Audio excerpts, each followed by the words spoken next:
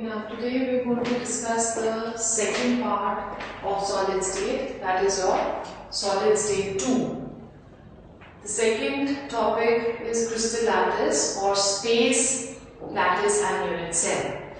Now, what do we understand by all these three terms? When we are talking of lattices, lattice means the arrangement of the constituent particles in a set pattern. That is, the pattern is repeated again and again. That is what your lattice or your crystal lattice is, or your space lattice is. When we are talking of crystal lattice, we can discuss the crystal lattice in 2 dimensions as well as 3 dimensions. So, 2-dimensional lattices, the most common examples which you come across, that is your wallpapers, which have maybe birds, might be having butterflies, your tiled floors. That is another example, and the motifs or the patterns on carpets, they all come under the 2-dimensional lattices. The 2-dimensional lattices, they are of 5 kinds depending upon the smallest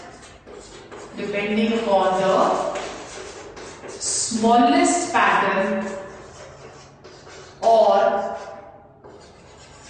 motif which we call in a 2-dimensional space lattice, smallest pattern or motif which is present. This smallest pattern, it is also known as the unit cell. The unit cell is the repeating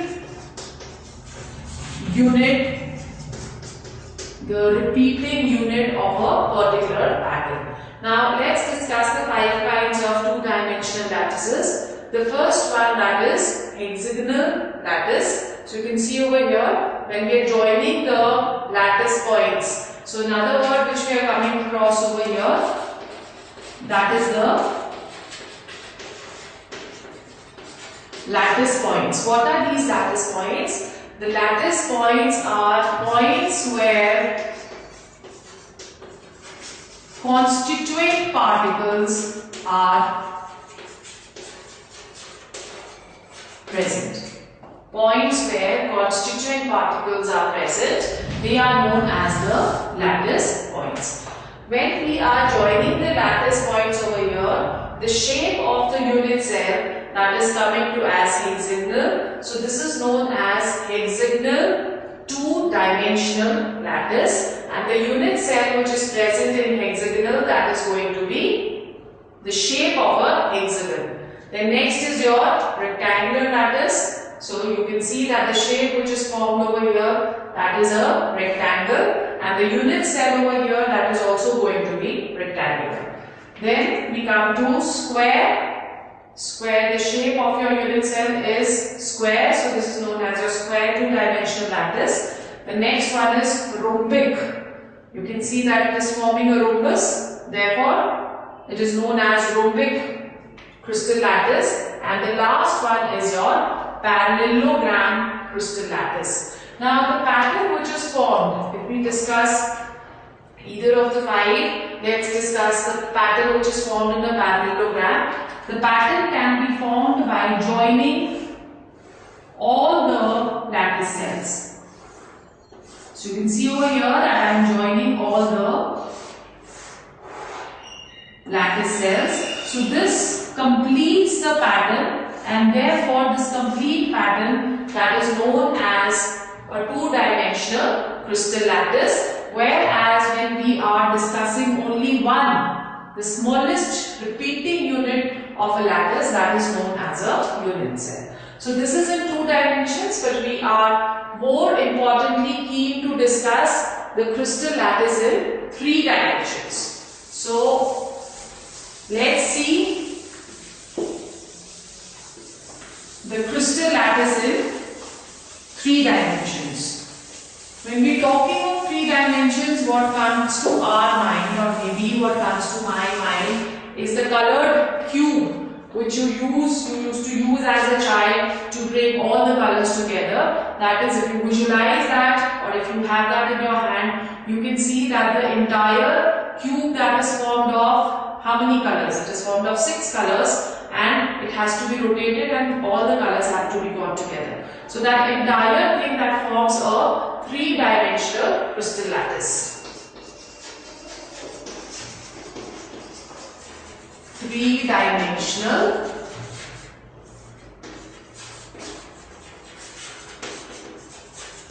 crystal lattice. So when we are discussing the three-dimensional crystal lattice, let's see.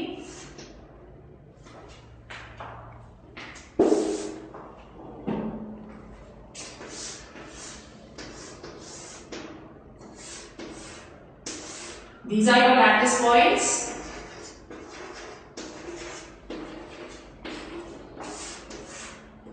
So we are just drawing one single pattern in 2 dimensions. Okay, we are going to make it into 3 dimensions now. We are making the second layer, and we are going to join these 2 layers. So these are your lattice points again.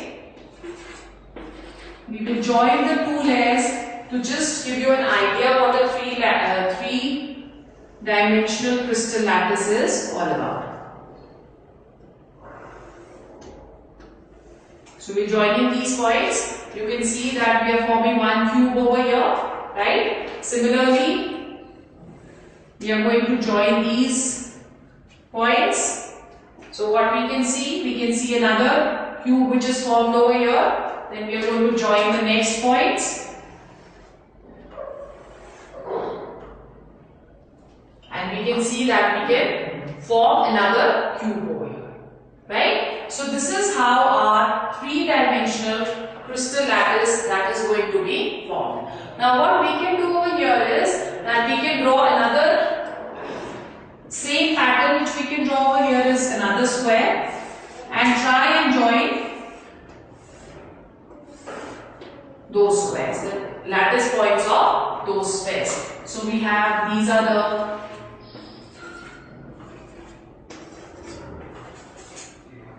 lattice points again, right? So if you can join, this can be joined with this, okay? And this can be joined with this, right? And this can be joined with this. So we can form a 3-dimensional network. Or if we want to draw it into a 1 unit cell, which is the smallest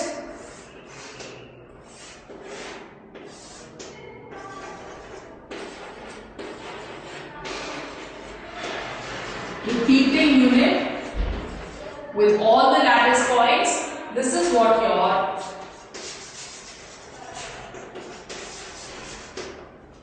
unit cell is going to look like, right? So this is a crystal lattice in which we are joining all the different patterns or all the unit cells together to give us a crystal lattice, and this is what our unit cell is. Now when we are talking of a unit cell, the unit cell that is of the following kinds, depending upon the placement of the constituent particles. So we are classification of unit cell. When we are classifying the unit cell is of the following types. The first one, that is known as primitive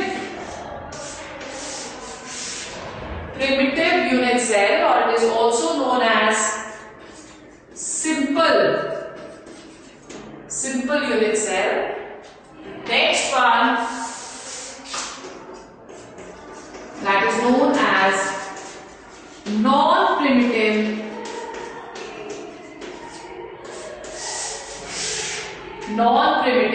unit cell.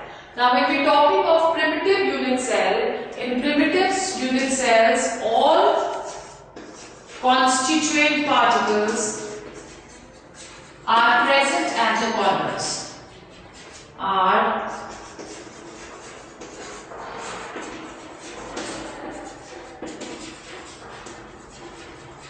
all constituent particles, they are present only at the corners. So if this is what your unit cell is,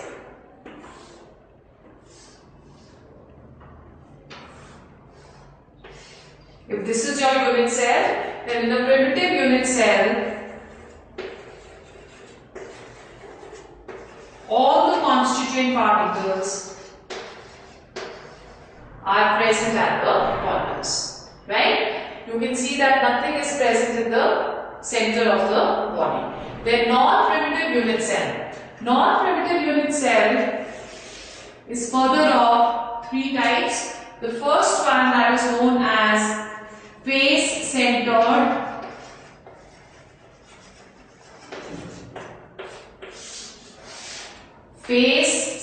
unit cell. The second one is known as body-centered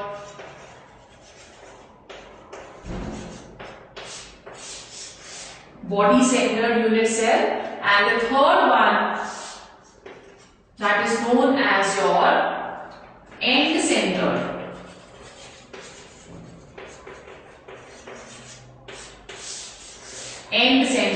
unit cell. So let's discuss each of them. The first one, that is face-centered. In face-centered unit cell, the constituent particles are present at all the corners. So these are your corners. They are present at all the corners, plus at the center of each face. So if you look at your room where you are sitting right now, you will see that there are 6 phases which are present. One is the roof, the second one is your floor, and then the 4 walls. So they are known as the phases of your unit cell. So each phase, there are 6 phases. 6 lattice points are at the center of each phase, and 1 is present at each of the corners. Then next we go to body center. In case of our body centered unit cell, we have each constituent particle present at the corner, plus 1 is present at the center of the body. 1 is present at the center of the body. Then end centered. End means 2 different ends of a cube, or you can say that 2 opposite walls of one room. That forms your end. End is the end of the block or end of your unit cell. So when we are again drawing the unit cell over here,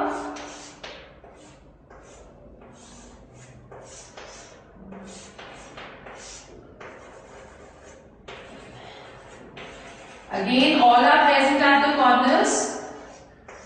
Every unit cell is a primitive unit cell first, and then the other modifications are done. So when we are looking at primitive unit cell, we can see that all are present at the corners. Over here again all are present at the corners, plus at the center of each face. Here all are present at the corners, plus at the center of the body, and over here end centered may be any 2 opposite faces. So we are taking 2 opposite faces over here, the roof and the floor. You can also take the walls at the 2 end centers, right? So any 2 opposite faces that constitutes the end centered non-primitive unit cell. So these are your kinds of unit cells which are present. The next we go on to the parameters of a unit cell. Parameters of a unit cell are all the measurable properties which give us a distinction between the shape of a crystal, which gives us a distinction between the shape of a crystal. So when we're looking at the parameters of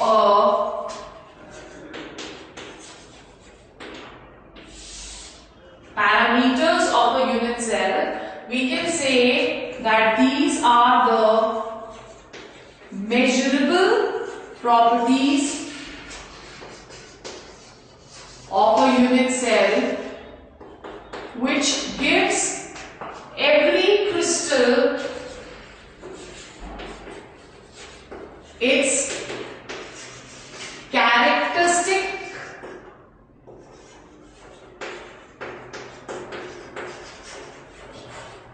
shape, which gives every crystal its characteristic shape. So let's again draw a unit cell.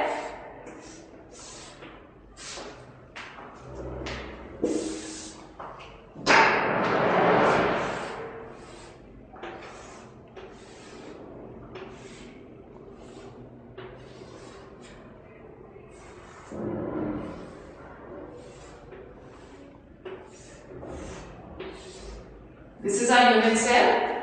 So what are the two measurable properties we are going to discuss over here? The edge length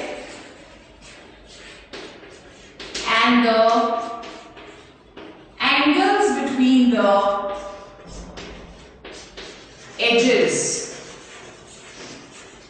What do we understand by the term edge over here?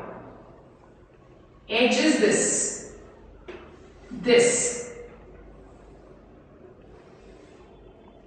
Okay, that is a point of attachment between the two faces. That is what your edge is. So we are going to consider three edges over here. One is this, the other one is this. So thick lines I have made, the edges which we are considering, right? So we are saying that, let's say that this is your edge A, this is your edge B, and this is your edge C. A, B and C. The angle between A and B, that is going to be gamma. The angle between B and C is alpha, and the angle between C and A, that is beta.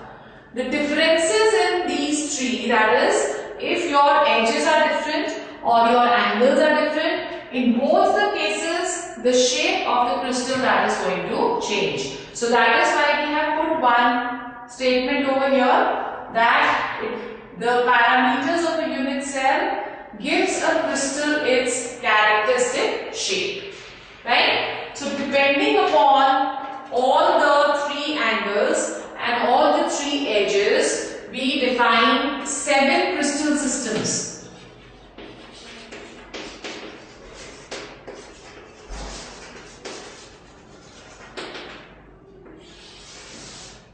We define 7 crystal systems. You can memorize them as C, T, O, M, H, R, T.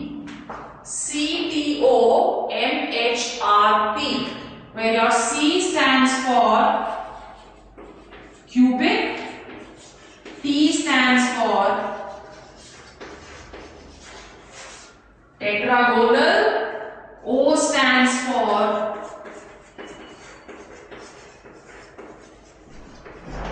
orthorhombic, M stands for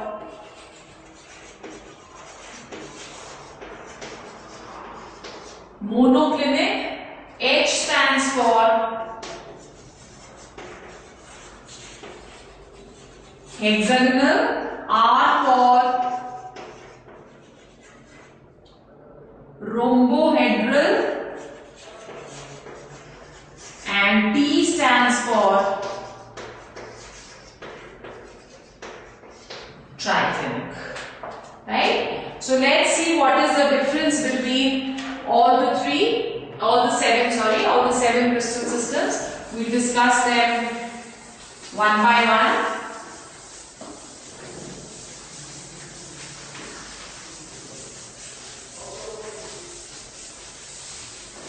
The first crystal system which we are going to discuss, that is your cubic crystal system. In case of cubic, all the edge lengths are equal. A is equal to B is equal to C, and all the angles, alpha is equal to beta is equal to gamma is equal to 90 degree, right? So cubic, all edge lengths are same and all angles are also same. So if we look at the shape should be a square which is converted into a cube, and these are the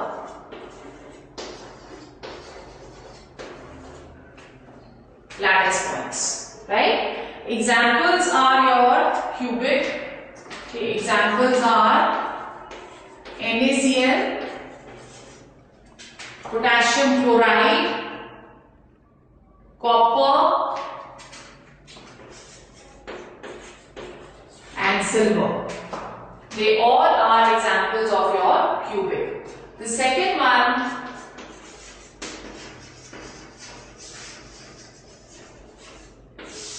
that is your tetragonal. In case of tetragonal, two sides are equal. A is equal to B, but it is not equal to C, and angles, whereas they all are equal to 90 degree.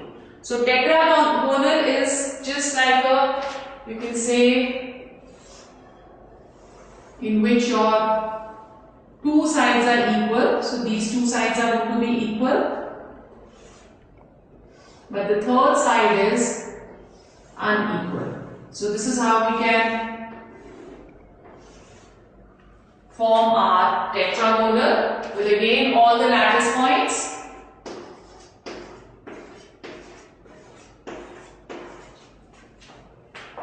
Right? Examples of such are titanium dioxide,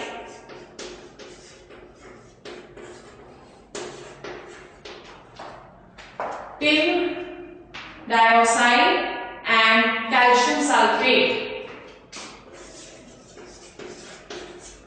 Calcium sulfate. The third one which we are going to do, that is your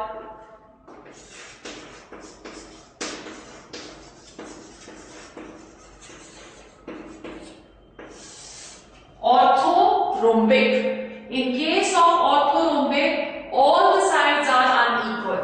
So your A is not equal to B, is not equal to C, but the angles they are going to be equal. So alpha is equal to beta is equal to gamma, which is equal to 90 degree. But in this case, all your sides they are going to be unequal. So hypothetically, if we are drawing without measurements,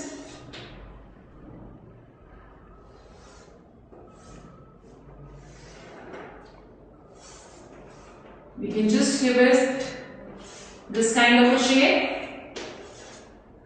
So this side is not equal to this side, is not equal to this side. A is not equal to B, is not equal to C. In all the cases when we are comparing over here, we are going to compare these three sides, right? So over here, your this side is equal to this side, but this side is unequal.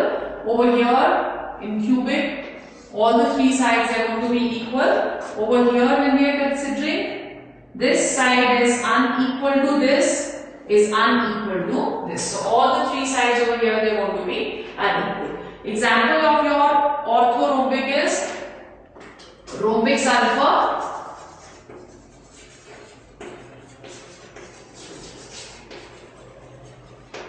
rhombic sulfur, Indian salt petter, which is your potassium nitrate. The common name of it is Indian salt petter. This is how we call it. Potassium nitrate is another example, and then your lead carbonate. Okay, then the fourth kind is monoclinic.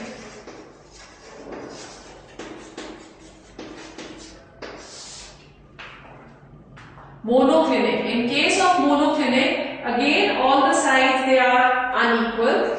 A is not equal to B, is not equal to C. But the difference in orthorhombic and monoclinic is that in case of monoclinic, two angles are equal to 90.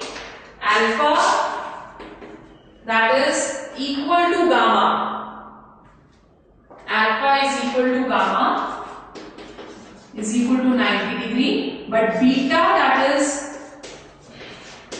not equal to 90 degree. So one of the angles that is going to be different, and all three sides are also different. So the shape of this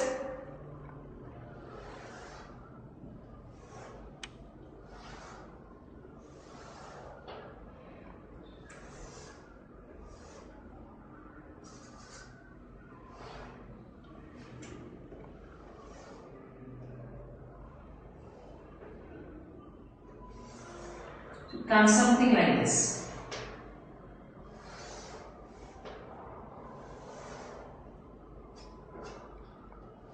So if you are considering this, so you can see that the angles are different and the sides they are also different for monoclinic. Examples of your monoclinic, that is your monoclinic sulfur,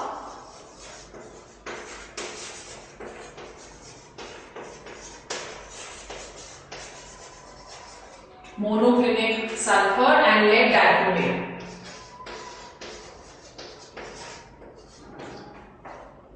Lead dichromate, also your sodium sulfate, that is your global salt. Sodium sulfate or your global salt, that also comes under this category. Okay? So these are the four kinds. Next, what we are going to discuss, the fifth one, that is hexagonal. Hexagonal is in the form of a regular hexagon in which two sides are going to be equal, and similarly your two angles are also equal. So our fifth one,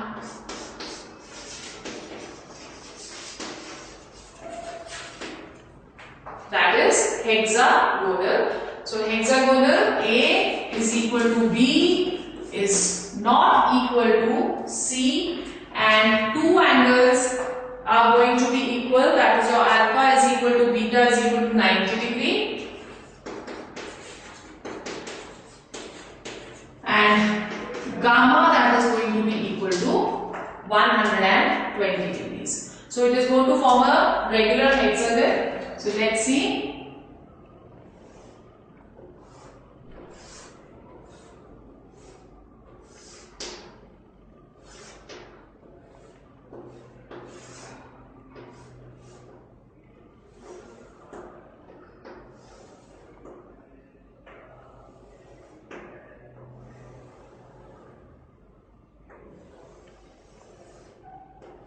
This is how it is going to represent your hexagonal angle. Crystal. Okay. Examples of hexagonal are graphite,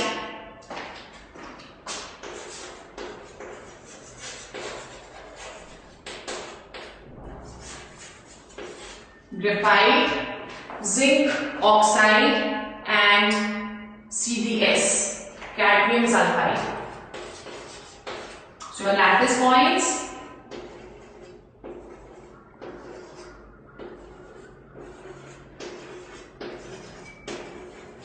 they can be shown over here. These These are your lattice points. Okay. Then the sixth one, that is your rhombohedral.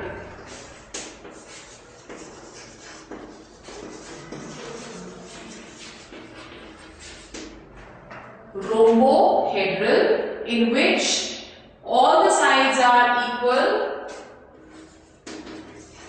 but all the angles, they are going to be equal, but they are not equal to 90 degree. So alpha is equal to beta is equal to gamma, but the angles, they are not equal to 90 degree. So when we are talking of a rhombohedral, the sides are going to be equal.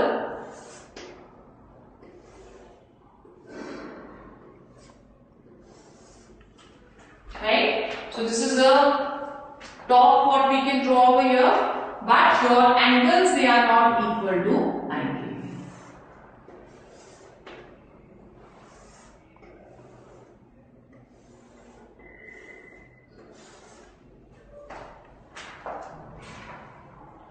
Okay, so the lattice points can be shown as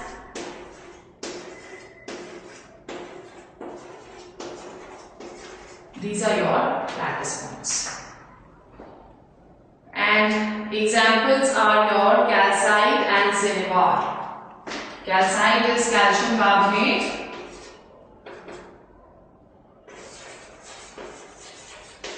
And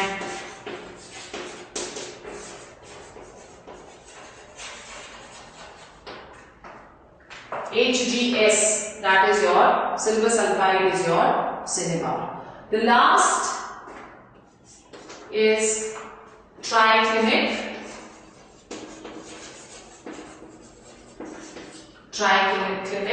Triclinic, all the sides are unequal and all the angles are also unequal. All the sides are unequal and all the angles are also unequal. Examples of this which we can take is your blue vitriol, copper sulfate dot 5H2O. This is known as blue vitriol, and potassium dichromate.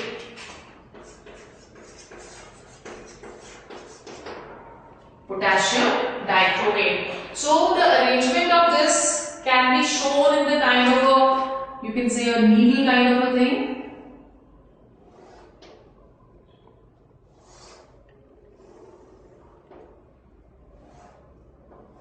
So all the sides, this is the most unsymmetrical kind of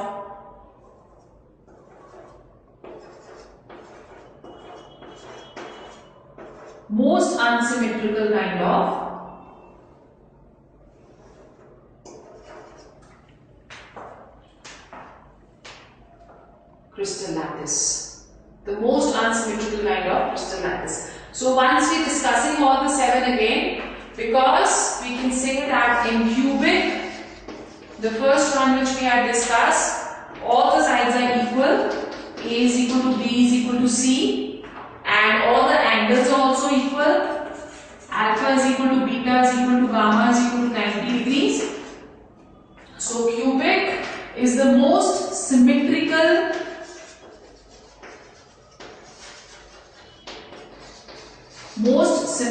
lattice, and your triclinic is the most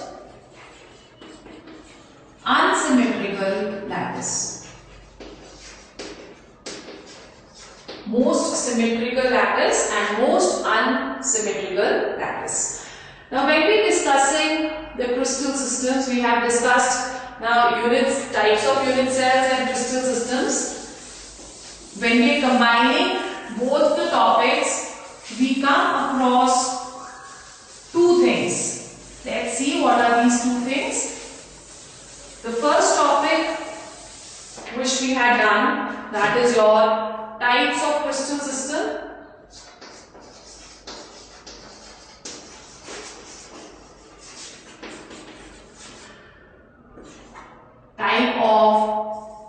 Type of unit cell.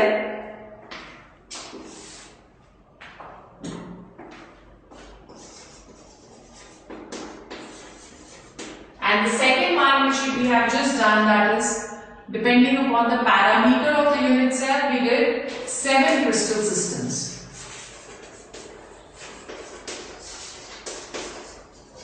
So we are going to combine both of these and we get across another term which is known as breccias lattices. This takes or converts the 7 crystal system into 14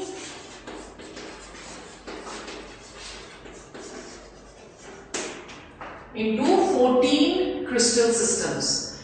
The 14 crystal systems, when we are talking of, we are going to join both these topics.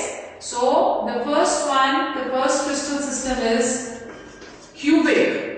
The cubic crystal system is of 3 types, which means when we are talking of cubic, the lattice points may be present at all the corners, which makes it a simple cubic lattice or a primitive cubic system. The second one is face centered,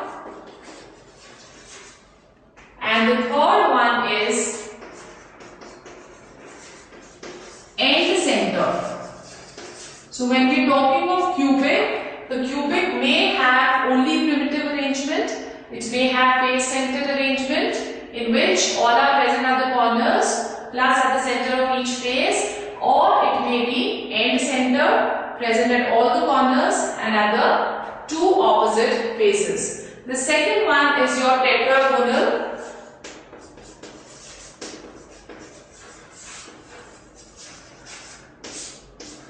Tetragonal has primitive and it has body centered.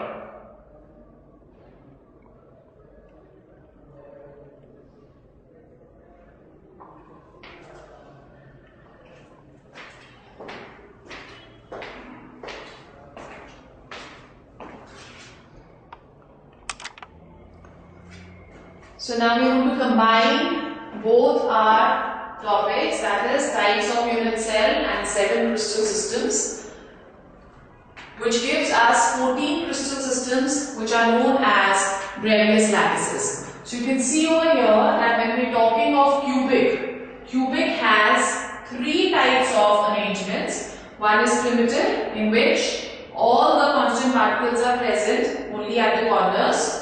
One is body center, present at the corners and center of the body, and one is face center, present at all the corners and at the center of each face. When we go on to the next one, tetragonal, tetragonal only shows 2 kinds of arrangements. One is primitive and the other one, that is body center. Orthorhombic shows all the 4 kinds of arrangement: primitive, body centered, face centered and end centered. Monoclinic shows only 2 arrangements: primitive and end centered, and the rest 3, that is hexagonal, rhombohedral and trigonic, they all show only primitive kind of arrangement. So now we are counting all the unit cells, types of unit cells which are present in your 7 crystal systems. So you have 1, 2, 3, 4, 5, 6, 7, 8, 9, 10, 11, 12, 13 and 14. So in total it makes 14 crystal systems. That is why it is known as your 14 crystal systems. So this is the end of your second topic of solid state. That is your crystal lattice, space lattice and kinds of unit cells.